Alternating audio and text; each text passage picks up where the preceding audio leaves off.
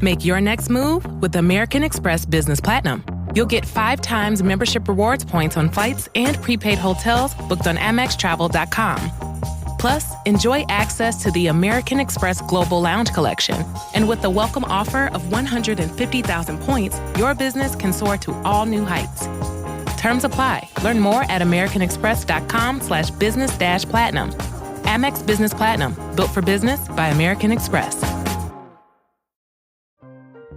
This episode is brought to you by Atlassian. Atlassian makes the team collaboration software that powers enterprise businesses around the world, including over 80% of the Fortune 500. With Atlassian's AI-powered software like Jira, Confluence, and Loom, you'll have more time to do the work that matters. In fact, Atlassian customers experience a 25% reduction in project duration per year. Unleash the potential of your team at Atlassian.com. Atlassian. This is Optimal Work Daily.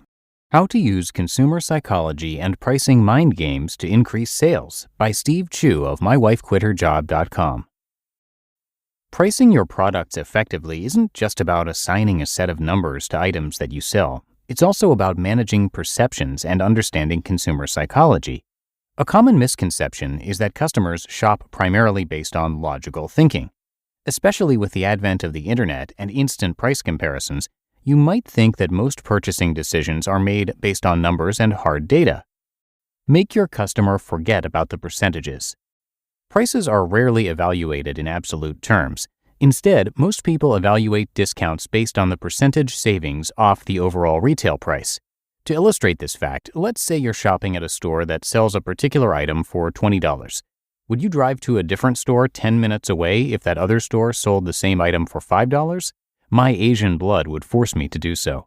Now, in a different example, let's say the item cost $10,000. Would you bother making the same trip if the item was $9,985 at the other store? The decision becomes a little more difficult. You are saving $15 in both cases, yet driving your car to a store 10 minutes away feels more worthwhile when you are saving 75% than when you are saving a fraction of a percent. This discrepancy manifests itself because our perceptions of value are heavily influenced by percentages. Why is this important? It's valuable information because it tells you that you shouldn't even bother offering a discount if it's going to be perceived as insignificant to the customer.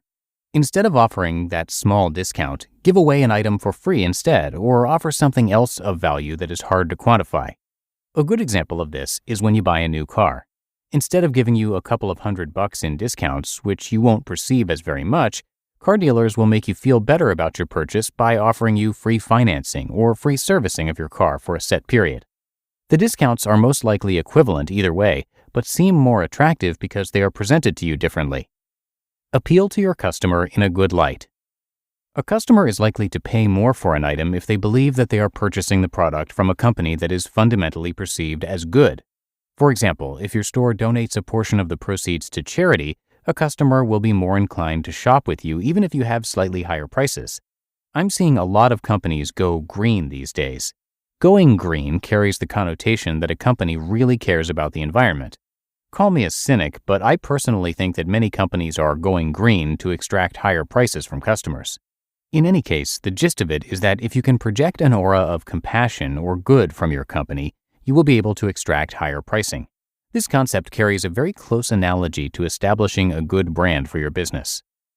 Provide different reference points. Ever notice why there's always a wide variety of products for sale that span an entire gamut of prices? It's because we as customers are always trying to establish what we consider a reasonable reference price for a particular product. By skewing the prices of different styles of the same item, stores can heavily influence customers to purchase a more expensive product. This is best illustrated with an example. A study was conducted where 2 sets of customers were asked to select between models of flat panel television sets. One set of customers were asked to choose between 2 television sets priced at $700 and $1,000 respectively. The second set of customers were asked to select between 3 models priced at $700, $1,000, and $2,000 respectively. The results of the study showed that customers were more likely to purchase the $1,000 model when presented with 3 choices rather than 2. The majority of customers will stick to the middle of the road. By introducing additional high-priced items to your mix, you can effectively push a customer to spend more money because their perceptions of the median will be skewed. Another technique that works well is to introduce a really expensive item and provide a deep discount off the overinflated price. 50% off of an item that retails for $100 sounds much more appealing than 10% off of an item retailing for $55. If you are selling products that don't have an established price, this technique can heavily sway buyers to make a purchase. Frame your incentive in a positive light. Avoid negativity when presenting your prices. Always present your product prices in terms of gains and not losses. Frame your prices in the most positive light possible. What exactly does this mean? Well, let's illustrate with an example. Which of these deals sounds better to you? Item A sells for $1,200 with an instant cash rebate of $200. Item B sells for $800 with an additional courtesy fee of $200. The deal for item A sounds infinitely more appealing to me. I personally detest getting nickel and dimed at a store. I hate being presented with a low price only to be beset with hidden fees at checkout. It's much better to present a higher initial price with incentives than it is to offer a lower price with an additional fee. Always present your prices in terms of gains, and your customer will always feel better about the purchase. Taking advantage of consumer behavior. The tactics I just presented are by no means a replacement for having a strong, unique selling proposition for your online store. After all, if you are selling the same stuff that everyone else is, then customers will comparison shop and these strategies won't matter. However, if you sell unique products and you want to increase your profit margins, then the tactics mentioned in this post are great ways to do so in a more subtle fashion. Make sure you think twice and consider how you structure a promotion before it goes live to maximize your sales. You just listened to the post titled, How to Use Consumer Psychology and Pricing Mind Games to Increase Sales by Steve Chou of MyWifeQuitHerJob.com. Hi, this is Javon, your Blinds.com design consultant. Oh, wow. A real person. Yep, I'm here to help with everything from selecting the perfect window treatments to... Well, I've got a complicated project. No problem. I can even help schedule a professional measure and install. We can also send you samples fast and free. I just might have to do more. Whatever you need. So the first room we're looking at is for... Shop Blinds.com now and get up to 40% off with minimum purchase. Blinds.com. Rules and restrictions may apply. This episode is brought to you by Progressive Insurance. Do you ever find yourself playing the budgeting game?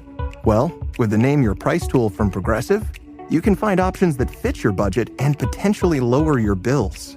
Try it at Progressive.com. Progressive Casualty Insurance Company and Affiliates. Price and coverage match limited by state law. Not available in all states. And thank you to Steve. When his wife became pregnant and she planned to stay home with the baby, they knew that they were going to need to find more income. So they started a little online store called Bumblebee Linens. Well, in just a year, they were able to replace his wife's salary of $100,000 per year, and they started My Wife Quit Her Job to document it all, including income reports. So eventually, Steve was able to leave his job too, and since then, he started the Sellers Summit, and you can learn more about that at sellerssummit.com.